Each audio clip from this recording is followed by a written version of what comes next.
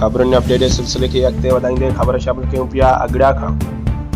अगड़ा में old age gold friends group पारां अगड़ा जे प्राइमरी स्कूल में ग़रीब 50 ॿारनि जा मुफ़्त सुनत तौरनि सां गॾोगॾु 1000 जो हार ऐं कपड़नि जा वॻा ॾिना विया।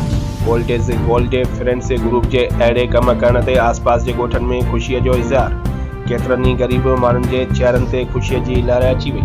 पेश आहे अगड़ा मां आवाज़ सिंध न्यूज़ जे रिपोर्टर मीर तौफ़ीक़ जी हीअ रिपोर्ट। हलो खोट तुझी ले वो खोट तुझी ले, हलो खोट तुझी ले वो खोट तुझी ले। ग्रुप पारां अगड़ा जे प्राइमरी स्कूल में ग़रीब 50 ॿारनि जा मुफ़्त सुनत तौरनि सां गॾोगॾु 1000 जो हार ऐं कपड़नि जा वॻा ॾिना विया।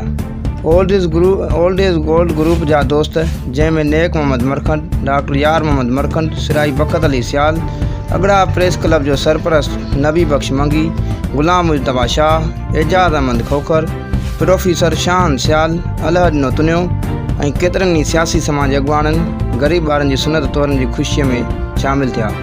आसपास जे ॻोठनि में अहिड़े कम करण ते ख़ुशीअ जो इज़हार कयो। केतिरनि ई ग़रीब माण्हुनि जे चेहरनि ते मुर्कूं ऐं ख़ुशीअ जी लहर अची वई। ओल्ड एज गोल्ड ग्रुप जे अहिड़े प्रोग्राम करण ते दुआऊं ॾिनियूं वियूं।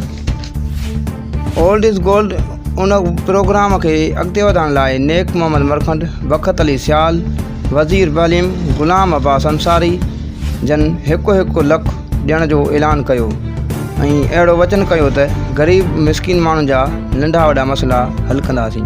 कैमरा टीम सां गॾु तौफ़ीक़ अहमद, आवाज़ न्यूज़ अगड़ा।